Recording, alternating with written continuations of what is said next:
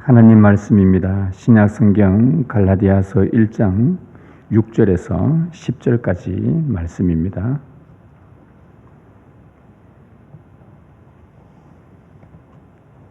신약성경 302면에 있습니다. 갈라디아서 1장 6절에서 10절까지 하나님 말씀을 제가 봉독하겠습니다. 우리 함께 주의 말씀을 들으십시다. 그리스도의 은혜로 너희를 부르신 이를 이같이 속히 떠나 다른 복음을 따르는 것을 내가 이상하게 여기노라. 다른 복음은 없나니 다만 어떤 사람들이 너희를 교란하여 그리스도의 복음을 변하게 하려 함이라. 그러나 우리나 혹은 하늘로부터 온 천사라도 우리가 너희에게 전한 복음 외에 다른 복음을 전하면 저주를 받을지어다. 우리가 전에 말하였거니와 내가 지금 다시 말하노니 만일 누구든지 너희가 받은 것 외에 다른 복음을 전하면 저주를 받을지어다. 이제 내가 사람들에게 좋게 하랴, 하나님께 좋게 하랴, 사람들에게 기쁨을 구하랴. 내가 지금까지 사람들의 기쁨을 구하였다면 그리스도의 종이 아니니라. 아멘. 잠시 기도하겠습니다. 주님, 이 시간 우리에게 말씀을 읽어주셨습니다. 이제 성령께서 우리에게 말씀을 풀어주시옵소서. 성령의 조명으로 말미암아 밝게 비춰주셔서 우리의 눈을 열고 마음을 열어 주의 말씀을, 하나님의 말씀 받게 하여 주옵소서. 주님 말씀하옵소서. 우리가 그 말씀을 듣겠나이다. 주 예수 그리스도의 이름으로 기도하옵나이다. 아멘.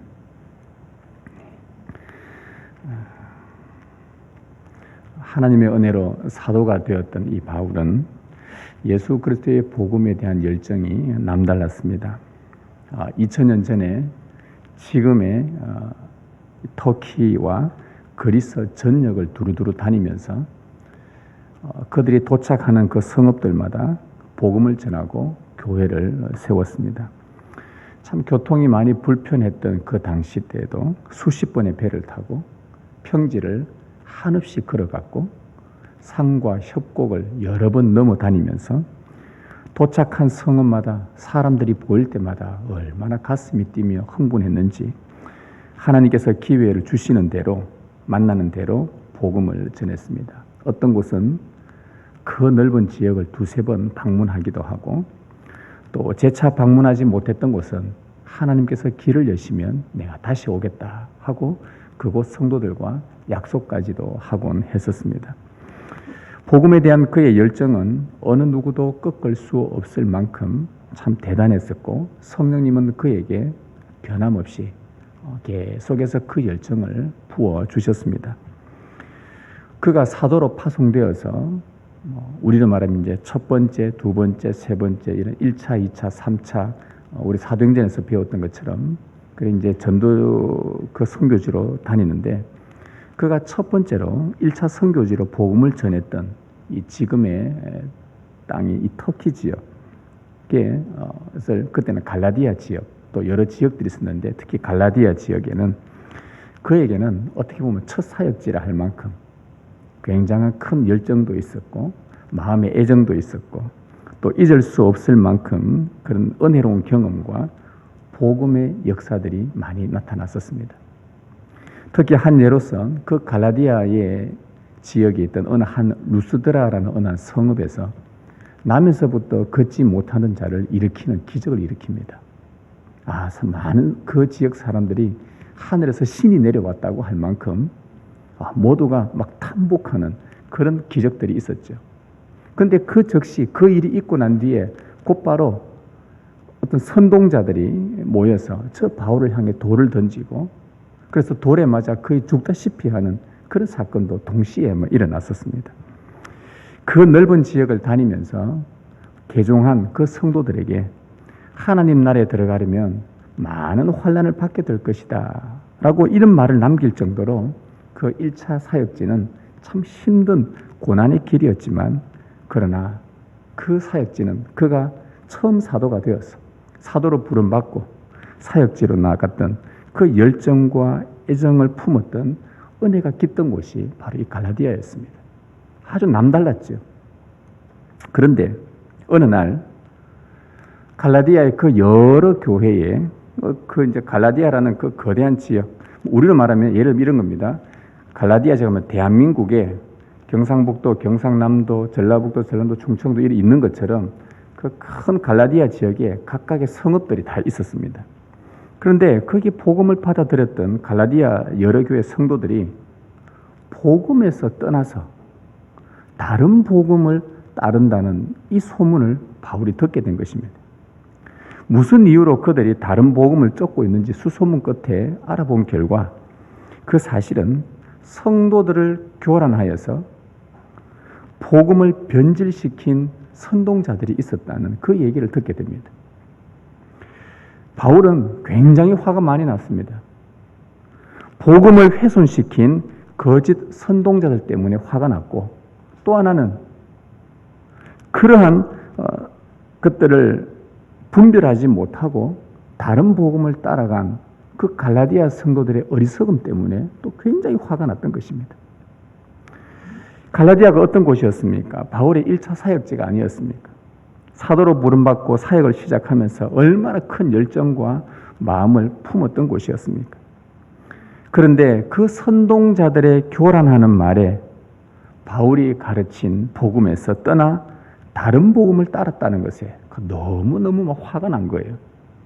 어느 정도 화가 났냐 하면 여러분들이 느꼈는지 모르겠습니다. 바울이 썼던 다른 12번의 이 편지들을 보면 앞에 서두에는 문안 인사도 드리고 그 다음에 하나님 앞에 감사의 내용도 있고 하나님께 찬양도 올려드리는 그런 내용들의 편지들이 많은데 이 갈라디아서는요, 처음 시작하자마자 간단한 인사도요, 은혜와 평강이 있을지어다. 끝나고 나서는 곧바로 거두절미하고 복음에서 떠난 것 때문에 자기가 충격을 받아서 아주 환한 어조로 이 갈라디아서 시작한 거 보면 분명히 뭔가 그의 마음에 굉장히 많은 분이 났던 것 같습니다. 6절 말씀을 보시면 그리스도의 은혜로 너희를 부르신 이를 이같이 속히 떠나 다른 복음을 따르는 것을 내가 이상하게 여기노라. 우리말로 내가 이상하게 여기노라 라고 이렇게 표현한 것은 아주 좋게 번역한 건데 내가 참 이상하게 생각한다. 어떻게 그럴 수가 있지? 이 정도 수준이 아니고요. 여기 본래의 의미는 어이가 없어 놀라 충격을 받았다는 말입니다. 이야, 너희가 어찌 그럴 수가 있느냐? 쉽게 말하면 쇼크를 받은 거예요. 바울이 뒷목 잡고 쓰러진 겁니다. 너희가 어떻게 그럴 수가 있느냐 하면서 이거는 꾸지람의 어조가 내포된 그런 말입니다. 여러분, 갈라디아 성도들은 처음에 바울을 만났을 때에 바울의 입에서 나오는 그 복음을 들었을 때에 너무너무 놀라했습니다. 그리고는 바울을 참 많이 사랑했었어요. 바울이 전해준 하나님의 복음도 너무너무 사랑했었습니다. 바울도 갈라디아 사람들이 자기에게 이토록 큰 사랑을 느끼고 베푼다는 것을 그도 오롯이 느끼고 있었습니다. 어떻게 할 수 있냐 하면은 바울이 눈에 어떤 질병 같은 게 있었던 것 같아요. 그런데 나중에 갈라디아 4장쯤에 가보면 이런 말합니다. 너희가 나에게 눈도 빼어 주었으리라. 바울이 느꼈단 말입니다. 얼마나 이들이 자기를 사랑해 줬는지, 그 복음을 사랑했는지, 그 눈도 빼줄 정도로 갈라디아 성도들로부터 많은 사랑을 받았습니다. 그런데 그 복음을 사랑했던 그들이 어떻게 순식간에 그 교란하는 자들의, 선동하는 자들의 말을 듣고 한 번도 제대로 분별해 보지도 못하고 이게 바울이 전해준 복음과 맞나? 생각도 안 해보고 복음에서 떠나 그 변질된 복음을 따르고 있으니 그의 마음이 얼마나 고통스럽고 아팠겠습니까? 그러면 이 갈라디아 성도들이 도대체 따랐던 이 다른 복음이라는 게 뭔가? 그런데 사실 여러분, 다른 복음이라는 것은 원래 없는 겁니다. 7절 말씀 보면요, 다른 복음은 없나니라고 하죠. 원래 다른 복음이라는 건 없습니다. 원래 복음은 하나예요. 복음, 복된 소식, 가장 기쁜 소식, 최고의 뉴스. 복음은 하나인데 이 복음을 그 선동자들이 변질시켜 놓은 것이 다른 복음이라는 겁니다. 그래서 이 진짜 복음에서 조금이라도 벗어나면 다 다른 복음인 거예요. 이런 것들은 복음이 아닙니다. 그래서 바울이 다른 복음이라는 것은 없다. 복음은 하나뿐이다. 하면서 그가 이 진짜 복음을 알면 다른 건 다 거짓말인 걸 금방 알아낼 수 있다는 말을 그가 하는 겁니다. 여러분들의 복음이 뭡니까? 여러분에게 가장 복된 소식이 뭡니까? 여러분들이 딱 들었을 때에, 이야, 이거는 내가 지금까지 들었던 모든 TV와 뉴스, 모든 것을 통틀어서 가장 최고의 뉴스는 바로 이거였다. 그게 뭘까요? 6절 말씀을 다시 한번 보시면, 그래서 우리가 복음의 본질을 알 수가 있습니다. 힌트가 나옵니다. 그리스도의 은혜로 너희를 부르신 이라고 나오죠. 그리스도의 은혜로 너희를 부르신 이라. 여기서 참 복음이 뭔지 나옵니다. 진짜 복음, 가장 최고의 좋은 소식은 뭐냐? 하나님께서 은혜로 우리를 부르셨다는 것입니다. 하나님께서 은혜로 우리를 불러주셨다는 것이 최고의 복음입니다. 이게 복음, 유일한 하나의 복음입니다. 창세기부터 요한계시록까지 성경 66권의 전체 우리에게 가르쳐주는 교리가 하나가 있는데, 그게 무엇이냐면 하나님께서 죄인된 우리를 은혜로 부르셨다는 겁니다. 여러분들을 은혜로 하나님께로 불러주셨다는 겁니다. 이게 가장 최고의 복음입니다. 이게 가장 아름다운 소식이요, 기쁜 소식입니다. 바울은 이 복음을 어디에서 찾았냐 하면 구약 성경 이사야에서 찾았습니다. 이사야의 말씀에 보면 이런 말씀이 있어요. 한번 들어보십시오. 아름다운 소식을 전하는 자여, 너는 높은 산에 오르라. 복음을 전하는 자여, 너는 힘써 소리를 높이라. 장차 여호와께서 임하셔서 목자같이 너희를 먹이시고 안으시며 인도하시리라. 너희 목마른 자들아 물로 나오라. 돈 없는 자도 오라. 너희는 와서 사 먹되 돈 없이 값없이 와서 포도주와 젖을 사라. 이 이사야 선지자의 예언이었습니다. 고통스럽고 절망 가운데 있었고 어두움에 철저하게 처해져 있던 그 자들에게 하나님께서 오셔서는 그들을 초청하시는 그런 내용입니다. 돈이 없느냐? 나에게 오려고 하니 돈이 없느냐? 여러분, 하나님이 얼마나 비싼 분입니까? 하나님의 말씀이 얼마짜리입니까? 하나님께서 하늘에서 임재하는 비용이 얼마나 들겠습니까? 여러분, 대통령이요, 여기 애들 대구에 온다고 칩시다. 대구까지 오는데 드는 비용이 얼마일까요? 거기 들어가는 부대 비용이 얼마겠습니까? 하늘에 하나님께서 이 땅에 내려오시는데, 하나님께서 오셔서 강림하시는데 비용이 얼마 들겠습니까? 비교되겠어요? 여러분들이 상상할 수 없는, 여러분들이 만들지도 못했던 천사들이 동원됩니다. 그 비용이 얼마예요? 하늘을 가릅니다. 하늘 가를 수 있습니까? 비용이 얼마입니까? 여러분, 하나님의 강림은 엄청나게 비싸요. 하나님께 나아간다는 것은 우리로서는 불가능한 겁니다. 그런데 하나님이 뭐라고 말씀하시냐? 돈이 없느냐? 그래도 오너라. 괜찮다. 가난하냐? 괜찮다. 오너라.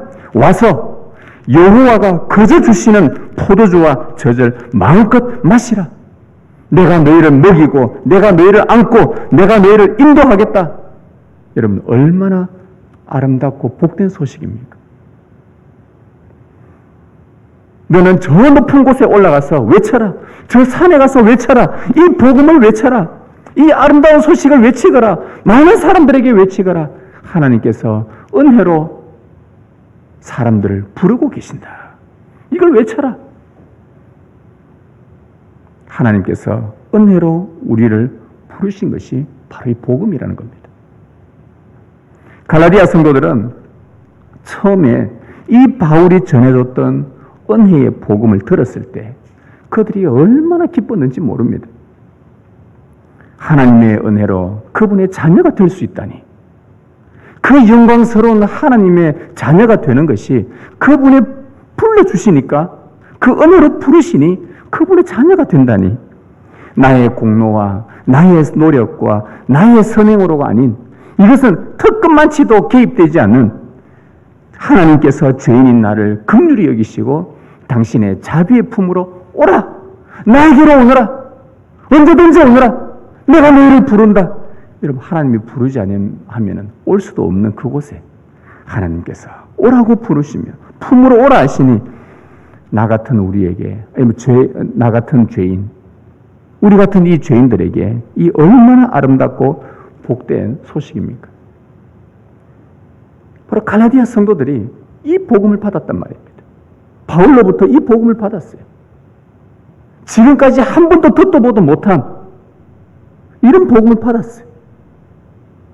모든 세상이 자기가 열심히 일하고 열심히 노력하고 열심히 애를 쓰고 열심히 신에다가 돈을 갖다 바치고 자기 성전에다가 신전에다가 엄청나게 돈을 갖다 바치고 애를 쓰고 선을 행하고 그래야만 뭔가 저 신이 나를 좀 봐줄까 싶어서 그렇게 살아왔던 그 시대에 어느 날 전능하신 하나님이 오셔서 돈 없는 자도 내게 오라, 값없이 내가 주는 포도주와 젖을 마음껏 먹어라, 내가 너희들을 먹이고 내가 너희들을 안아주시고 내가 너희를 돌보고 내가 너희를 품고 그럴 테니 나에게로 오너라, 은혜로 부르시는 이 소식을 듣고는 그들이 얼마나 큰 갈라디아 성도들이 감동을 받았는지 모릅니다.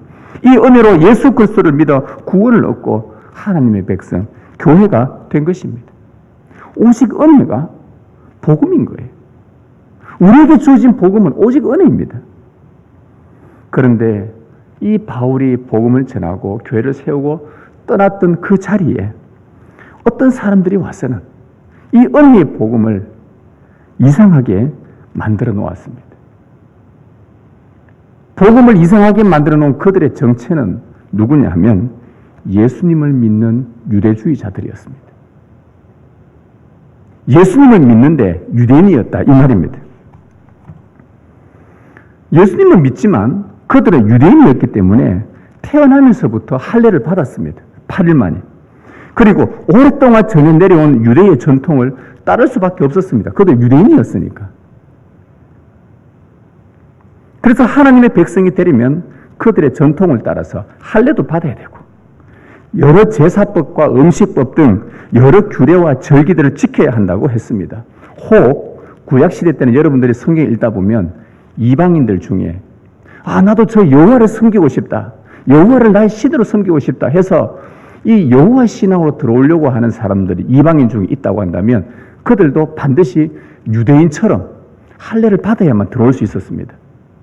이게 하나의 절차였단 말이죠. 네가 진짜 우리 유대인이 되어서 여호와 하나님을 섬기겠느냐? 그러면 절차가 있다. 할례를 받아야 된다. 그러니까 그 이방인들 중에 유대인이 되려고 하는 사람들은 남자들은 다 할례를 받았습니다. 그 남자들의 할례를 받고 거기에 따른 가족들은 같이 들어왔단 말이죠. 그래서 여호와 하나님을 섬겼습니다.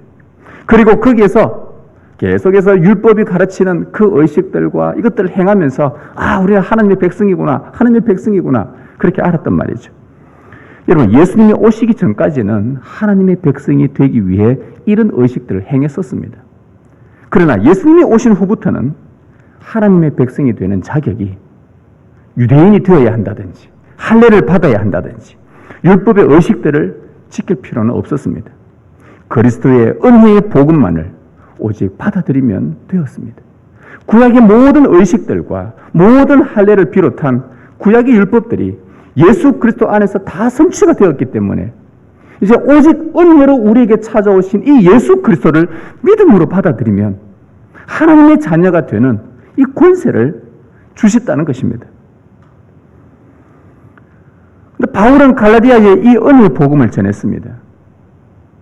그런데 바울이 복음을 전하니까 그 유대인들이 이야, 세상에 이렇게 좋은 것이 있었나 하고 유대인이었지만 예수님을 믿고 개종한 무리들이 있었고 또 아예 예수님이고 뭐고 아무것도 모르는 저 이방인들도 바울의 복음을 듣고 야, 이렇게 좋은 게 있었나 하고 그들도 예수를 믿어서 한 교회 안에 유대인도 있고 이방인도 같이 섞여 살게 된 것입니다. 근데 여기서 문제가 발생한 거예요. 예수님을 믿기 전부터 아까 앞에서 말한 대로 할례를 받았고 전통적으로 율법의 의식을 지켰던 유대인들이 저 세례받고 교회로 들어오는 이방인들에게 무엇을 요구했냐? 야, 너희들도 할례 받아라. 너희들도 율법의 의식을 지켜라. 그래야 하나님의 백성이 될 수 있다.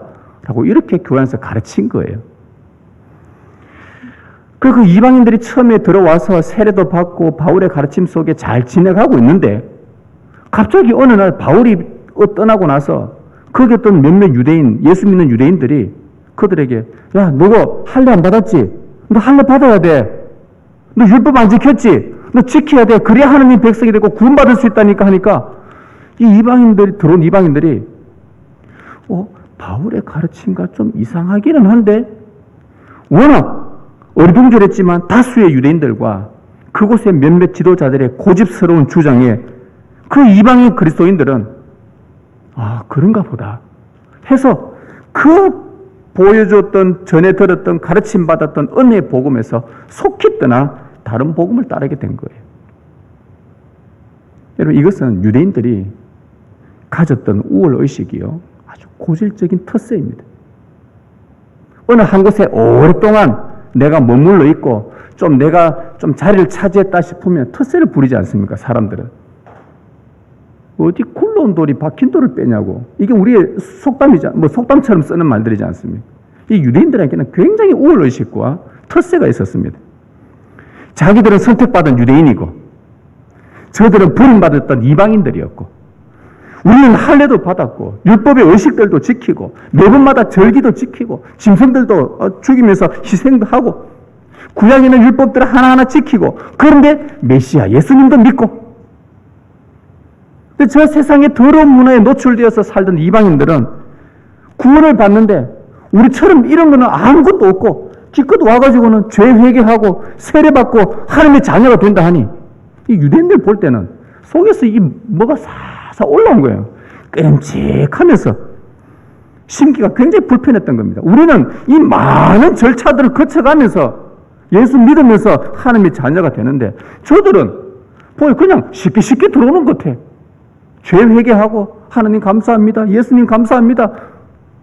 날 위해 죽으신 주님 감사합니다 하고 쉽게 예수 믿고 하나님의 자녀 되는 거 보니까 이게 굉장히 불편했던 거예요.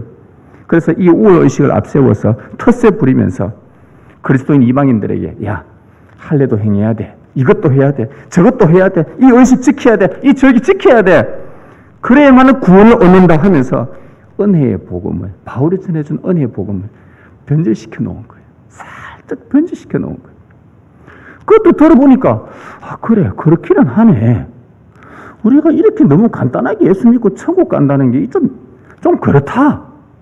그래 좀 해야지 그래도 하나님 보시고 아이고 참 네가 그래도 대단하구나 애썼구나 그래 너 그 말도 맞다.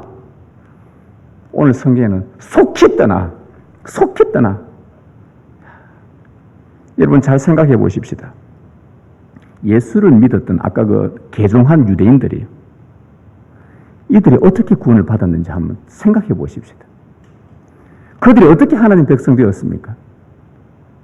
할례를 받아서 하나님 백성 되었습니까? 율법을 잘 지켜서 하나님의 백성이 되었습니까? 태어나면서부터 하나님 백성이었습니까? 유대인이기 때문에 하나님 백성이었습니까? 그 모든 의식들을 잘 지켜서 그들이 하나님 백성 되었습니까? 아니에요. 여러분 구약 성경에 그들이 출애굽되어서 구원된 상황을 가만히 보십시오. 그들이 한 거라고는 아무것도 없었습니다.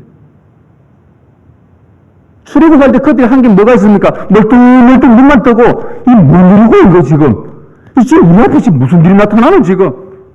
물이 왜 갑자기 피로 변하노? 왜 갑자기 막 깨구리가 어디 심판하듯이 깨구리가 나타나서 이가 나타나고 흑암이 나타나고 막 장자들이 죽고 도대체 이게 뭐고 지금? 그런데 어느 날 갑자기 어린 양을 막 죽이라 하고 피를 문 앞에 바르고 그런데 칼이 와서는 막 밤새 장자들 다 죽이고 자기들은 아무도 죽지 않고 훌륭한 구원을 받고 홍해 앞에 섰을 때 홍해를 갈라버리고 자기들이 한 것이라면 멀뚱멀뚱 구경만 했단 말입니다. 너희는 가만히 있어 주가 하시는 것을 보라. 그런데 그들이 어느 날 구원받아 있단 말입니다. 여러분 유대인들이 어떻게 구원받았냐 말입니다. 저가 할례를 행했어요? 율법을 지켰습니까? 대단한 뭔가 일을 했습니까?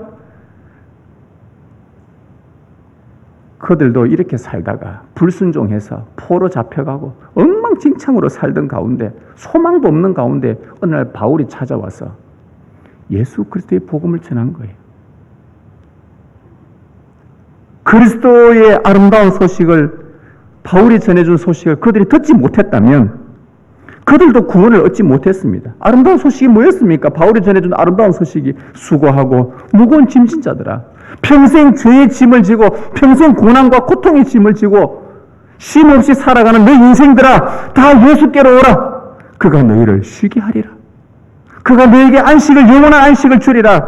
주님께서 은혜로 값없이 베푸신 생명의 포도주와 젖을 마음껏 마시고 마음껏 먹고 마음껏 하나님이 불러주신 그 은혜 안에서 살아라. 하나님께서 너희를 은혜로 부르신다. 이게 바울이 그 유대인들에게 전했던 복음이었습니다. 그들이 유대인이어서 할례를 받아서 율법을 지켜서 선한 행실을 해서 공로를 쌓아서가 아니라 하나님께서 여전히 유대인들도 그들을 부르셨기 때문에, 은혜로 부르셨기 때문에 구원을 얻은 것입니다. 여러분, 유대인들뿐만 아닙니다. 저와 여러분을 포함한 모든 이방인들도 동일한 방식으로 하나님께서 값없이 주신 은혜의 부르심으로 우리가 구원을 얻은 것입니다. 누구는 은혜로 구원받고 누구는 행위로 구원받고 그런 것이 아닙니다. 모두가 동일하게 값없이 거저 주시는 그리스도의 은혜로 부르신 하나님의 자비로 우리가 구원을 받은 것입니다. 하나님이 행하신 은혜로운 구속 사역에다가 예수 그리스도의 십자가에 죽으신 그 완전하신 구속 사역에다가 어디다가 하찮은 우리의 행위를 갖다 얹어서 우리가 구원을 받는단 말, 이 말입니까? 어딜 감히 우리의 하찮은 공로와 선행을 거기에 떡 얹어놓고 우리가 구원을 얻겠다 이 말입니까? 뭐 여러분들은 주일 예배를 한 번도 빠지지 않아서 구원받았습니까? 여러분 새벽 기도를 한 번도 빠지지 않아서 구원받았습니까? 11절을 한 번도 빠지지 않아서 구원받았습니까? 여러분들이 전도한 사람들이 많아서 여러분들이 구원받았습니까? 이웃에게 많은 자선을 베풀어서 그래서 여러분들이 구원받았습니까? 우리가 한 일이 우리가 구원받는 일에 조금이라도 도움이 된다고 여러분들이 여기신다면 그것이 바로 다른 복음이에요. 그게 은혜에서 떠난 자들입니다. 은혜에서 떠난 자들이에요. 여러분, 이 은혜에서 떠나도록 만든 이 거짓 선동자들, 복음을 아주 교묘하게 이렇게 선동 교란해서 은혜의 복음을 변질시킨 이런 자들에게 사도 바울이 맺힌 게 뭔 줄 압니까? 너희들은 저주를 받을 것이다. 이 저주가 무슨 말입니까? 하나님의 심판이잖아요. 영원한 저주예요. 두 번씩이나 말합니다. 8절 9절에 보면 우리나 혹은 하늘로부터 온 천사라도, 우리가 누굽니까? 바울을 포함한 자기 자신도 포함한 거예요. 자기 자신도 바울이라 하더라도 이 은혜의 복음을 변질시키면 천사라도 너희에게 전한 복음 외에 다른 복음을 전하면 저주를 받을 것이다. 지금 바울은요, 자기 자신한테도 적용시킨 거예요. 우리라고 했으니까. 나도 은혜의 복음을 변질시키면 나도 저주를 받는다. 어느 누구도 예외가 없다는 말이에요. 9절에 다시 말합니다. 우리가 전에 말하였거니와 내가 지금 다시 말하노니 만일 누구든지 너희가 받은 것 외에 다른 복음을 전하면 저주를 받을지어다. 누구든지 예외가 없다는 말이에요. 여러분, 우리가 정말 두려운 것이 뭐냐 하면 오늘 이 말씀의 배경이 은혜의 복음을 변질시킨 자들이 누구냐는 겁니다. 개종한 유대인들이란 말입니다. 다시 말하면 교회 안에 예수 믿는 자들 중에 은혜의 복음을 변질시키는 자들이 있다 이 말입니다. 그것도 누구예요? 선동자들은 유대 지도자들이었습니다. 목사를 비롯한 교회 지도자들 중에 은혜의 복음을 변질시키는, 지금도 전 세계 신학계와 교회에서 복음을 전하는데 복음 속에 뭔가 교묘하게 잘 들어보면 맞는 것 같은데 은혜의 복음이 아니라 우리의 행위의 복음을 전하고, 이게 지금 어디서 일어나고 왜 우리가 두렵냐 하면 안 믿는 세계에서 일어나는 것이 아니라 교회 안에서 예수를 믿은 개종한 유대인들이라고 말입니다. 무슨 말이냐 하면 하나님의 저주를 받을 사람들이 교회 밖에만 있는 것이 아니라 교회 안에도 있다는 말입니다. 그것도 목사를 비롯한 지도자들 중에서 예수를 믿어 교회 안에는 있지만 이 안에서 복음의 본질을 흐리거나 변질되게 가르치고 그것을 따르는 자들은 이 말씀에 따르면 저주를 받는다고 했어요. 여러분, 이런 사람들을 우리는 신약 성경에서 뭐라고 부른 줄 아십니까? 이단이라고 부릅니다. 이런 사람들 이단이라고 불렀어요. 여러분, 불교 신자를 이단이라고 합니까? 여러분들은? 이단이라 하지 않지요. 그런데 신천지나 구원파는 여러분들이 이단이라고 합니까? 타종교라 부릅니까? 이단이라고. 왜 그렇습니까? 그 차이가 뭡니까? 믿는 대상이 동일한데 다른 복음을 믿으면 이단이 되는 거고요. 믿는 대상이 다르면 그냥 우리 타종교라고 치부해버리는 겁니다. 같은 예수를 믿는데 믿는 복음이 다르단 말입니다. 좀 전에 말했던 그 이단 같은 신천지나 구원파 같은 우리와 똑같은 성경 받아들이죠. 그들도 예수 믿는데요. 그런데 변질된 복음을 따르기 때문에 그래서 이단은 교회 밖에 있는 그런 단체들만 이단이 아니라 좀 더 엄격하게 오늘 말씀에 근거해서 본다면 교회 안에도 이단이 있다 이 말입니다. 나는 신천지요 구원파요 그런 어떤 단체가 아니더라도 하나님의 복음의 말씀을 변질되게 받아들이고 변질되게 서로 전하고 변질된 것 아주 희한하게 자기 행위와 의의를 초과시켜서 내 의의를 드러내고 그래서 하나님으로부터 인정받아서 내가 구원받는 줄 알고 하나님의 은혜의 복음이 아닌 이 모든 것들은 이단이 되는 것입니다. 마지막에 하나님의 저주를 받아요. 이게 차이입니다. 처음에는 구분 안 됩니다. 지금 세상 사람들은 구분 안 합니다. 신천지든 교회든 뭐든 다 교회는 교회인갑다. 그런데 언제 구분되냐? 마지막에 구분돼요. 항상 마지막에 저주가 있습니다. 이단이란 말이 다를 이자 끝단자라는 한자를 써요. 다른 겁니다. 끝이 다른 거예요. 우리와 다릅니다. 은혜의 복음에서 떠나지 않고 오직 믿음으로 사는 자는 마지막에 영원한 복을 받지만 은혜의 복음을 변질시킨 자는 마지막에 저주를 받게 됩니다. 완전 극명하게 차이 납니다. 마지막에 가서는. 은혜의 복음을 변질시키고 거기다가 뭔가를 덧붙이면 영원한 저주입니다. 이단은 평생 열심히 자기가 수고해놓고 이단들은 평생 자기 돈 다 갖다 바쳐놓고 자기 집 팔아가지고 온 그 단체에다가 교주한테 돈 다 갖다 바치고 그렇게 전도하고 그렇게 애를 쓰고 그렇게 수고하고 제일 마지막엔 저주라. 세상에 이것만큼 비참한 소식이 어디 있습니까 여러분? 얼마나 허무한지 몰라요. 이게 이단의 마지막입니다. 이게 바울이 말했던 저주란 말이에요. 저주. 갈라디아 여러 교회의 선동자들의 말처럼 죄를 회개하고 세례받고 그리고 하나님의 은혜의 복음을 받아들여서 자녀가 되는 것보다 그것도 하고 할례도 하고 여러 의식들도 지키고 절기들도 지키니까 뭔가 내가 막 하는 것처럼 보이고 내가 막 정말 막 그럴듯해 보입니다.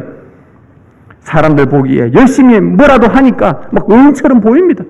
칭송받습니다. 그러나 은혜의 복음에 나의 행위를 덧붙이거나 그래서 뭔가 내가 또 의로워 보이거나 있어 보이게 하려는 모든 것은 마귀의 속임수입니다. 그 마지막 저주입니다. 여러분 그렇게 구원받지 않습니다. 여러분 그렇게 구원받는 게 아닙니다. 오직 하나님께서 받을 수 없는 자격, 전혀 구원받을 수 없는 우리에게 당신의 자비의 손을 우리가 막 구원해달라고 외치는 게 아니라 오늘 하나님께서 오셔서 우리를 긍휼히 여기시고 전혀 구원이라고는 상관없는 우리에게 은혜로 우리를 부르셔서 나에게로 오너라. 내가 너희를 받아준다. 와서 마음껏 먹고 마시라. 내가 너희들을 영원히 인도할 것이다. 나에게로 오너라. 내가 너에게 거저주는 이 포도주와 저절 생명의 포도주를 먹고 마시라. 오너라. 내가 너희를 은혜로 부른다. 은혜로 부른다. 그리스도의 십자가의 은혜로 불러주시는 겁니다. 여러분 바울이 이 저주라는 단어를 원래 무서운 단어고 격렬한 단어지 않습니까? 우리가 어디 함부로 저주란 말을 입에 담을 수 있습니까? 너에게 저주가 있을지어다. 이런 말 우리가 어떻게 해요? 그런데 바울이 이 단어를 쓸 만큼 그렇게 격렬한 단어를 쓰면은 이 말을 듣는 상대방이 얼마나 불쾌하겠어요. 그럼에도 불구하고 그가 강경하게 이렇게 분노하며 나갔던 이유가 뭔가? 사실은요, 갈라디아 성도들을 너무 사랑했기 때문입니다. 사실 바울이 진짜 저들이 저주받기를 바랐겠습니까? 그게 아니잖아요. 돌아오기를. 다시 은혜의 복음으로 돌아오기를.